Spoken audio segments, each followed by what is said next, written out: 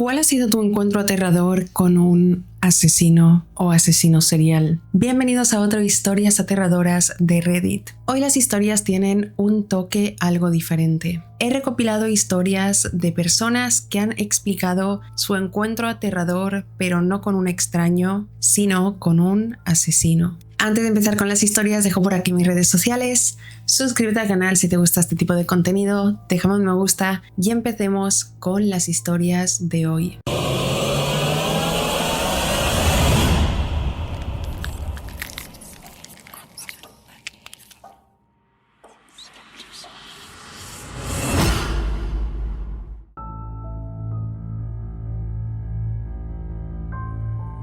La primera historia tiene un título, wow, Ted Bundy me recogió mientras hacía autostop. La primera historia sucede a finales de 1977, cuando nuestro protagonista Tony y su amigo Daniel decidieron emprender un viaje desde Filadelfia hasta Miami Beach. Tony tenía 22 años en aquel entonces y un viejo coche de segunda mano al que no le hacía casi mantenimiento. Probablemente eso fue lo que provocó que cuando iban por Carolina del Norte, el bloque del motor se agrietara, ocasionando que este se detuviera en seco cerca de una ciudad llamada Fayetteville. Una grúa los llevó a un taller y teniendo en cuenta que tardarían días en arreglar el coche, Tony tuvo la idea de ¿por qué no hacer autostop el resto del camino? Sería una aventura. Tony y Daniel esperaron toda la noche en un hotel de las afueras y a la mañana siguiente se pusieron a orillas de la carretera para hacer autostop. Aquella era otra época y la gente no tenía tanto miedo como ahora de subirse o dejar subir desconocidos a su coche. A eso de las 9, una hora antes de comenzar, un tipo con un corte de cabello que Tony describe como sacado del cómic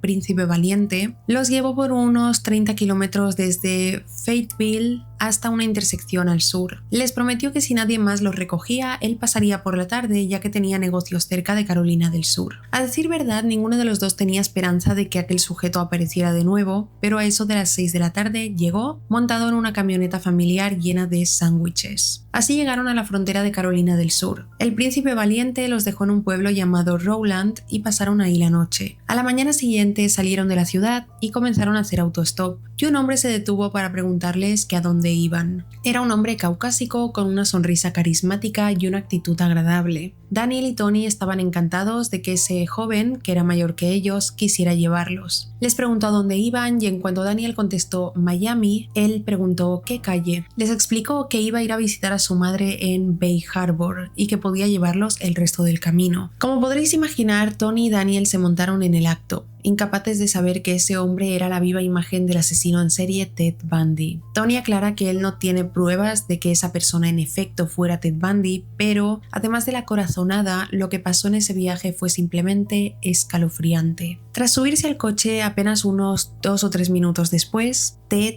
les ofreció un porro. Los chicos accedieron a mala gana y lo que hubiese en ese porro era tan potente que los paralizó a ambos. A partir de ese momento, Ted, entre comillas, empezó a jugar con los botones de la radio, cambiando de emisora compulsivamente cada pocos segundos. Tal vez fue el efecto de lo que habían fumado, pero Tony comenzó a sentirse paranoico porque percibía una extraña sensación proveniente de él. A todas estas, Daniel iba sentado atrás y Tony estaba en el asiento de copiloto. Antes de que se les pasara el efecto del porro, Ted se detuvo en un área de descanso y desapareció en el baño durante 1 hora. Ambos se estaban poniendo nerviosos, pero por esa zona no pasaban casi coches y realmente no había nada cerca, así que decidieron esperarlo porque no tenían a dónde ir. De lo contrario, podían quedarse en medio de la nada de Carolina del Sur sin un lugar para dormir, ni cómo moverse. Cuando Ted por fin volvió al coche, dijo que tenía que desviarse a su banco y empezó a llevarlos por kilómetros de carreteras secundarias en Carolina del Sur. Tony recuerda haber visto casas sobre pilotes en zonas pantanosas hasta que finalmente se detuvo en el lugar más remoto que él había visto hasta entonces. Había solo un edificio que parecía una taberna abandonada. Y cuenta Tony que Dios sabrá que tenía ese porro, pero para ese momento seguían ligeramente drogados. Ted salió del coche y se metió detrás de ese edificio. Cerca de ese lugar había palmeras, muchas, y Tony se sorprendió de que hubiese tantas, si apenas estaban llegando al norte de Georgia. Después de 1 hora, Ted volvió al coche con unas gafas de sol puestas, y Tony notó que parecía más bajo mientras caminaba de vuelta. Cuando se subió les explicó que tuvo que detenerse para hablar con su abogado y comenzó a hablar sobre la ley inmobiliaria y los cambios que permitirían el desarrollo en esa zona. Una charla muy aburrida sobre derecho, y así condujeron durante horas hasta llegar a Jacksonville. Detuvo el coche en una zona que parecía un centro comercial y les dijo a ambos que había un cambio de planes, que tenían que seguir sin él. Los dos estaban exhaustos y con resaca por el porro, lo que fuera que fue lo que les dio. Creen que tal vez había metanfetamina o fentanilo, aunque no era muy común en esa época, pero por lo que los adormeció debió ser algo fuerte lo que llevaba. Se despidieron con la mayor cortesía posible y cuando vieron el coche de Ted alejarse pudieron respirar aliviados, conscientes de que aquello había sido muy peligroso. Por suerte había una estación de autobuses cerca y no tuvieron que seguir haciendo autostop. Cogieron un autobús el resto de camino hasta Miami y pasaron unas excelentes vacaciones, aunque con la sombra siniestra de lo que pudo haber pasado todo el camino desde Carolina del Sur hasta Jacksonville. Al recordarlo, Tony está casi seguro de que ese hombre era Ted Bundy. Todavía recuerda bien su rostro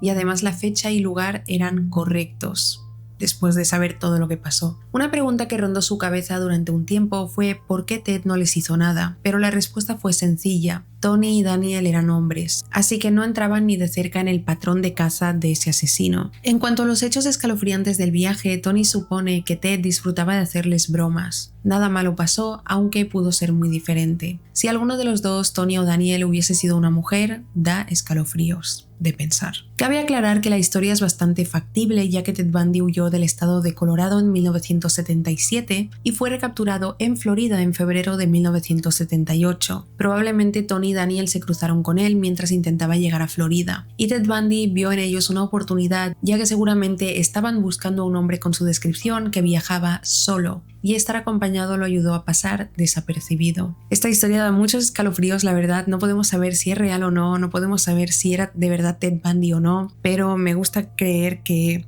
es muy probable. Es muy probable porque al final uno puede decir, ala, sí, claro, te cruzaste con un asesino. Porque no, eran personas. Los asesinos, este tipo de asesinos eran personas que vivían su vida normal mientras cometían crímenes.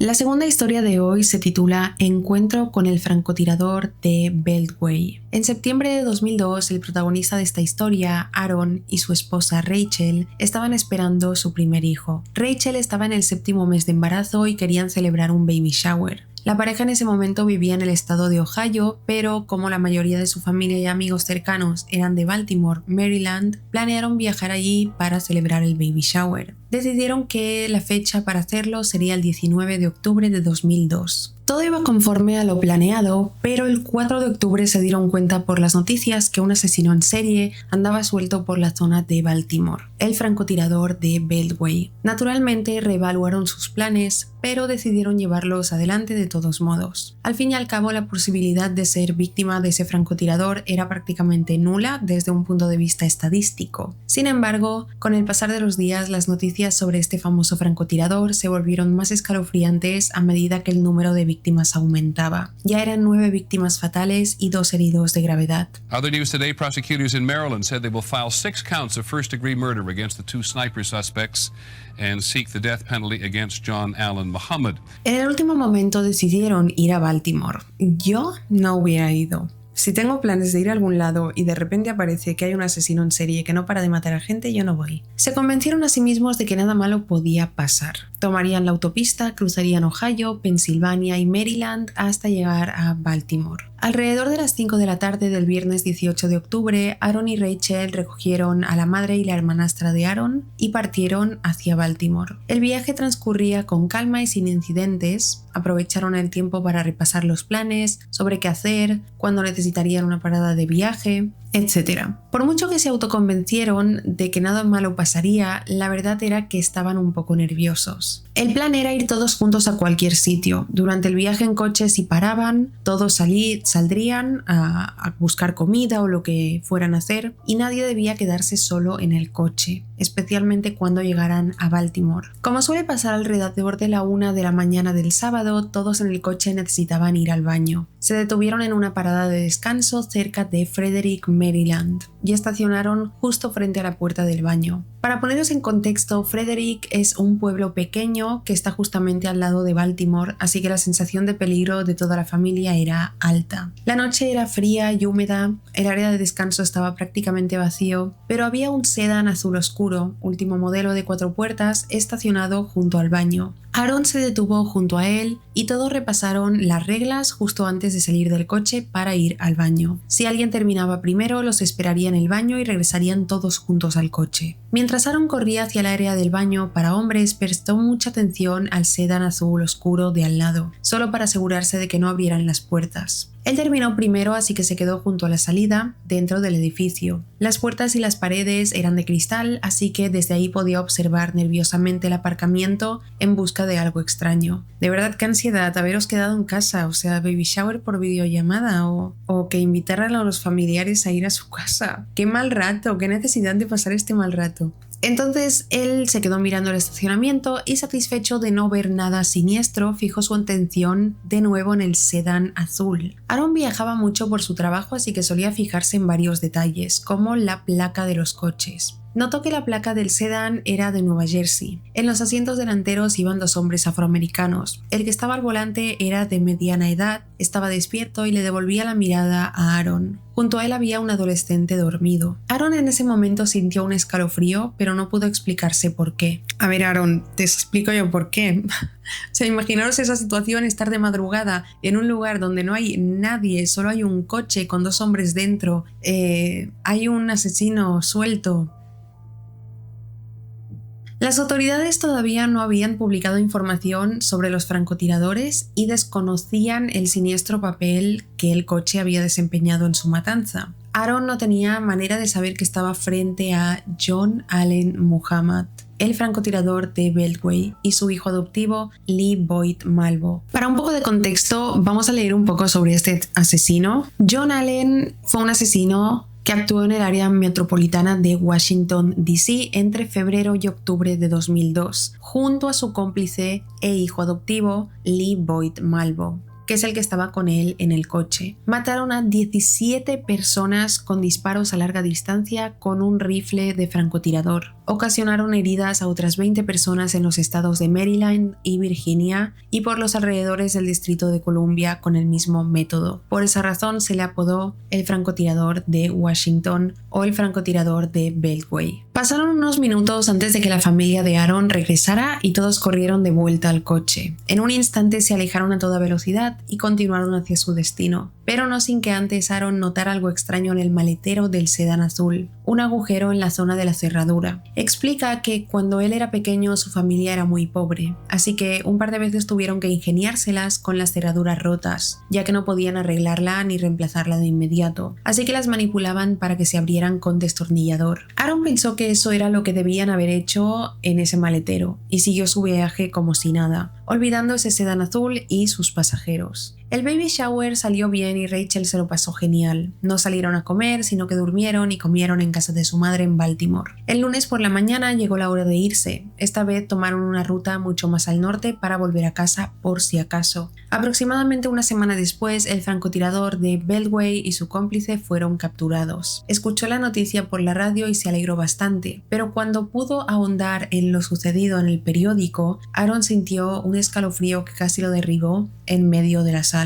Aparecía el rostro de John Allen Muhammad, el hombre que lo había estado mirando fijamente cuando pararon en el baño del área de descanso. También había una foto del coche junto al que habían aparcado, el sedán azul oscuro. Y aún más aterradores eran los informes de que los habían capturado en la misma área de descanso donde estuvieron aparcados esa semana. El orificio del maletero era el que usaban para disparar y pasar desapercibidos. Por suerte ambos iban en el asiento delantero y era en esa zona de descanso donde planeaban esconderse y dormir, así que probablemente la familia de Aaron no corrió peligro durante ese encuentro. Sin embargo, si hubiera sido en otro lugar, probablemente la historia hubiese sido otra. Moraleja de esta historia aterradora, escalofriante, perturbadora.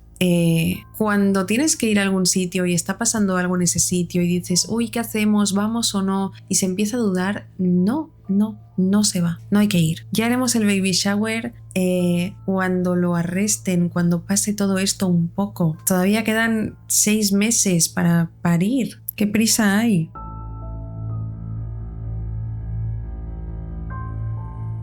La siguiente historia de hoy se titula Un asesino me siguió hasta mi coche. La protagonista de esta historia, una chica a la que llamaremos Amanda, pide un poco de paciencia ya que este relato en su opinión es un poco largo, pero vale la pena escucharlo. Aunque un dato importante es que ella omite detalles de las víctimas para proteger su privacidad y respetar su memoria. Todo sucedió en el corazón de una ciudad universitaria del sur de Estados Unidos, donde el campus y la comunidad local se entrelazaban. Amanda se embarcó en una noche de bares con amigos sin saber lo fatídica que sería y que la perseguiría en sus recuerdos durante años. En aquel momento ella tenía solo 20 años y estaba en el penúltimo año de universidad. Nunca fue de esas estudiantes que se emborracharan los fines de semana, de hecho solía ser muy correcta y aplicada, no aceptando ninguna distracción. Pero ese fin de semana quería experimentar una nueva emoción, quería ir al bar con sus amigos, a la discoteca, y de una forma que ella no explicará consiguieron identificaciones falsas, ya que la edad legal para beber en algunos estados es de 23 años, y salió. El ambiente estaba cargado de energía, la música sonaba a todo volumen y Amanda empezó a disfrutar de la atención de los chicos. La mayoría de ellos estaban más que dispuestos a invitarla a copas. Cabe destacar que para Amanda era la primera vez que recibía una cantidad tan grande de atención y la exageró disfrutando tal vez demasiado. Mientras se dirigía a la barra para pedir otra ronda de bebidas para sus amigos, se encontró con Julián, el hombre que proyectaría una sombra siniestra sobre esa noche. Era un pueblerino local al que Amanda y sus amistades siempre solían referirse con una mezcla de condescendencia y lástima. Muchos lugareños que no estudiaban en la universidad se sentían atraídos por los bares que frecuentaban los estudiantes, y él en específico era un rostro común en el bar, por lo que le contaron sus amigas. Al principio Julián no parecía particularmente amenazador. Entabló conversación con Amanda casi de inmediato y la invitó a una copa. Ambos tuvieron una conversación aparentemente agradable, pero a medida que avanzaba la noche se puso cada vez más intenso, y cuando Amanda se negó a darle su número, se puso nervioso. Su humor cambió y antes de que ella pudiera darse cuenta, Julián estaba armando un escándalo de cómo ella se aprovechaba y coqueteaba con él para conseguir tragos, pero no era capaz de darle su número de teléfono. Tal vez fue el nivel de ese espectáculo, pero sus amigos al otro lado del bar se dieron cuenta e intervinieron, sacando a Amanda de esa situación y llevándola a otra parte del bar. Sin embargo, incluso al distanciarse de él, Amanda no podía quitarse de la cabeza la inquietante sensación de que su mirada depredadora no se despegaba de ella. No era la mirada de alguien interesado en el romance ni de alguien enfadado por un rechazo. Era una mirada escalofriante y malintencionada. Amanda lo describe como la mirada de frustración de un cazador al que se le va la presa. Desesperada por escapar de la inquietante presencia de este chico, Amanda le dijo adiós a sus amigos y prefirió irse con su novio de ese momento, un chico al que llamaremos Ulises. Él estaba en un bar justo al frente del bar donde estaba ella. Esos bares estaban a escasos metros de distancia en el interior de un centro comercial, así que a Amanda no le importó irse sola. En este punto tal vez no suene muy lógico, pero a medio camino decidió irse a su coche que estaba aparcado en la entrada del centro comercial y quedarse ahí un rato, calmarse y aprovechar para cargar su móvil un rato antes de ir a buscar a su novio o volver con sus amigos. En ese punto le daba igual, solo quería estar sola un rato, sin embargo no encontraría calma en ese lugar. Mientras estaba sentado en su coche escuchó que se abrió la puerta del pasajero. Era Julián, que la siguió desde el bar y ahora estaba sentado en su coche, como si fueran amigos, con una sonrisa que ella no sabía interpretar. Pensó, ¿acaso estaba tan loco que no entendía lo terrorífico que era lo que estaba haciendo? Amanda, el seguro del coche. El seguro del coche, Amanda. Amanda estaba paralizada por el miedo sin saber cómo reaccionar y Julián parecía tranquilo, completamente ajeno al pánico que le causaba a ella. Era una situación que se volvía más aterradora cada segundo a medida que ella se daba cuenta del peligro en el que se encontraba. Por suerte, tras algunos segundos que en la mente de Amanda fueron una eternidad, Ulises salió del bar para buscarla, ya que ella lo avisó de que iría a buscarlo a él, pero nunca llegó. Al verla a lo lejos en su coche, se acercó corriendo pensando que la estaban asaltando. Julián lo vio acercarse y justo cuando él abrió la puerta, Julián saltó del coche y salió corriendo con todas sus fuerzas hacia la parte trasera del centro comercial. Amanda sintió un gran alivio y comenzó a llorar mientras explicaba a Ulises lo que acababa de ocurrir con voz temblorosa de miedo. De no ser por la intervención de Ulises, quién sabe dónde podría estar ahora Amanda. No es una exageración porque más tarde se sabría que Julián tenía planes muy siniestros en mente. Ese episodio desapareció de la mente de Amanda inmediatamente. La universidad ocupaba casi todo su tiempo y no podía darse el lujo de mantener a Julián en su memoria. Pero un año después resurgió de la forma más escalofriante posible. Una compañera de tercer año, a la que llamaremos Heidi, desapareció, conmocionando al campus y acaparando titulares nacionales. Los equipos de búsqueda registraron la zona y el país contuvo la respiración al descubrir imágenes de seguridad donde se la veía saliendo de un bar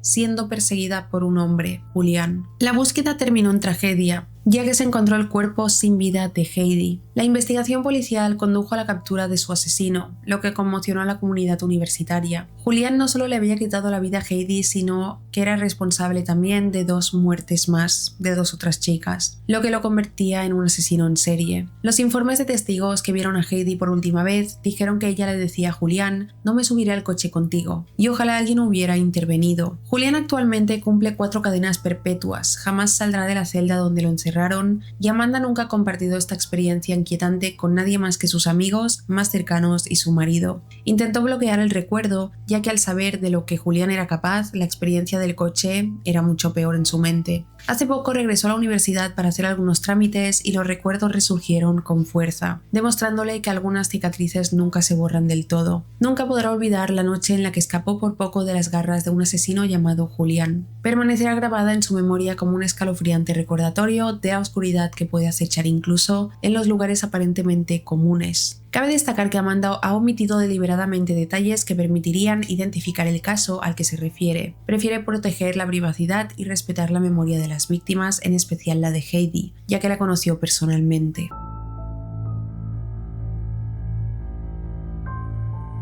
La siguiente historia tiene como título "Tal vez escapé de un asesino anoche". Para el momento en el que Jennifer, nuestra protagonista, escribió esto, Atlanta estaba pasando por un momento muy difícil por la criminalidad. Tan solo un mes antes, una mujer que paseaba a su perro en el parque Piedmont, el Central Park de Atlanta, fue apuñalada y mutilada junto con su pitbull. La brutalidad del homicidio conmocionó profundamente a la ciudad, tuvo a todos en vilo durante semanas. Además, otra joven fue seguida a su casa desde una gasolinera tras salir de su trabajo como camarera y fue secuestrada y luego asesinada. Esto significa que habían un montón de mujeres asustadas en la ciudad y Jennifer, que llevaba toda su vida en Atlanta, era una de ellas. Ella trabajaba como peluquera en su propio negocio, muy cerca del parque donde murieron la mujer y su perro, y desde entonces tuvo mucho cuidado evitando a personas sospechosas y siempre intentando moverse en grupos de personas. Funcionó bien hasta la noche anterior a escribir este relato. Jennifer estaba trabajando sola y tenía cita con una clienta nueva para las 5 de la tarde. Pensaba que terminaría a más tardar a las 7, pero la petición de la clienta necesitaba algo de trabajo extra. Así que Jennifer terminó a eso de las 8:30 de la noche, momento en el que acompañó a la clienta a su coche. Las dos estuvieron charlando en el aparcamiento un par de minutos antes de que se subiera. Era un aparcamiento pequeño y bastante aislado debido a un seto grande y un muro de contención. Después de asegurarse de que la clienta estaba a salvo en su coche, ella volvió al salón y cerró la puerta con llave con la intención de limpiar y cerrar. Estuvo dentro menos de 10 segundos cuando se dio la vuelta y vio a un hombre apoyado contra la puerta. No había nadie en el aparcamiento que ella pudiera ver al menos, y no había otros coches aparte del suyo y el de su clienta. Este tipo apareció de la nada, y como Jennifer mencionó, estaba muy nerviosa por toda la situación de los asesinatos recientes. Se quedó ahí parada un segundo sin saber qué hacer, y él se quedó mirándola fijamente con las manos en el pomo de la puerta. Al final ella tomó fuerzas y se acercó a la puerta de cristal del salón, y con el tono más autoritario que Jennifer ha usado, le preguntó: ¿qué pasa? Pudo ver con satisfacción que ese hombre se sorprendió e incluso dudó. Tartamudeó un par de veces antes de señalar la pared de productos para el cabello y decir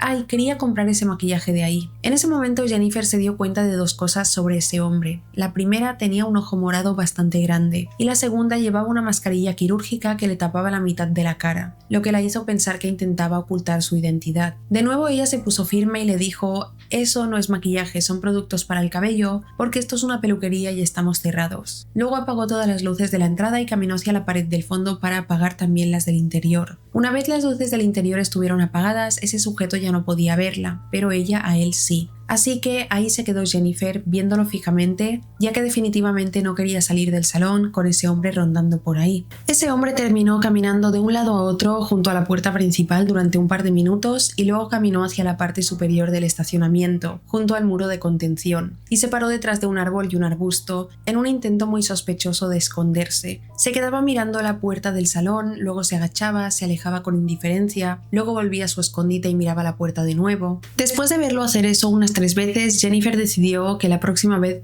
que se alejara iba a correr hacia su coche. Tan pronto como ese hombre se dio la vuelta y comenzó a caminar hacia el parque Piedmont, Jennifer salió en silencio, cerró la puerta del salón con llave y corrió con todas sus fuerzas los 10 metros que había entre la puerta del negocio y su coche, en pánico total. Gracias a Dios, Jennifer no tenía que forcejear con las llaves para abrir su coche, solo apretó un botón de la llave eléctrica y los seguros se levantaron y ella entró de un salto, antes de volver a bajar todos los seguros. Ella no tiene ni idea de qué tramaba ese hombre, ni si realmente era el asesino en serie. Probablemente no. Probablemente solo intentaba robarle. Pero lo que sí sabe es que definitivamente la vio en el estacionamiento hablando con su clienta y ellas no lo vieron a él. También sabe que si no hubiera cerrado la puerta a tiempo habría tenido una noche muy diferente. Tal vez no era un asesino en serie, pero Jennifer no tiene ninguna duda de que iba a hacerle daño de alguna forma u otra. Como apunte, mucha gente le ha preguntado si quizás era una persona sin hogar, y ella no lo cree en absoluto. Iba bien vestido, tenía el cabello peinado, y aunque le dio un susto de muerte, no transmitía la misma sensación de desesperación o confusión que dan muchas personas sin hogar, con enfermedades mentales o adictas. Esas personas no la asustan y de hecho la mayoría de las veces siente pena por ellas e intenta ayudarlas de alguna manera. Ese tipo, sin embargo, la tenía muy nerviosa porque no parecía el tipo de persona que necesitaría robar una tienda. Probablemente no estaba interesado en el dinero y eso es muy aterrador. Después de un tiempo, muchas personas le contestaron a Jennifer en este post, algunos dando ideas sobre sus intenciones, las intenciones que podría tener, y otros especulando que pudiera ser cómplice de su clienta. Pero algo que tenían todos en común era que le preguntaban por qué no llamó a la policía. Ella contestó esa pregunta con un edit, explicando que no lo sabe, la verdad es que no se le pasó por la cabeza. El departamento de policía de Atlanta tenía unos 400 policías en ese momento y además la mitad del tiempo ni siquiera contestaban. Además ella pensó que quizá estaba exagerando, porque últimamente estaba muy nerviosa. Pero la realidad es que en ese preciso momento no pensó en policías. Se encontró en que tenía que vigilarlo porque tenía miedo de que se escondiera en algún lugar y la atrapara cuando creyera que se había ido. No pensó en policías, se concentró única y exclusivamente en tejer un plan para escapar de ahí y funcionó. Una historia muy escalofriante. Yo también me preguntaba mientras leía la historia por qué no llamó a la policía, pero entiendo que en momentos así se te puede nublar la mente o ni siquiera le pasó por la mente llamar a la policía simplemente. En momentos en los que se te activa el sentido de la supervivencia es un poco difícil predecir qué harías en esa situación. ¿Sabéis que hay muchas situaciones en las que uno dice,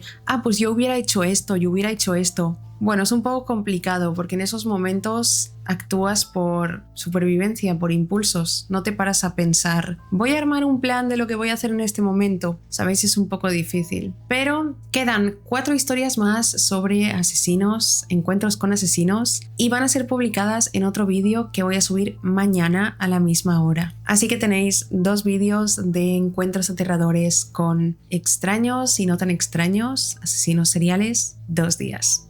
No olvidéis dejar en comentarios qué opináis de estas historias, si habéis vivido algo similar, porque ¿por qué no? Le podría haber pasado a cualquier persona esto de cruzarse con un asesino. Si os ha gustado el vídeo no olvidéis dejar un me gusta, suscribirte al canal y activar la campanita de notificaciones, y mañana a la misma hora en el canal otro vídeo como este. Gracias por ver mi vídeo y nos vemos en el próximo. ¡Chao!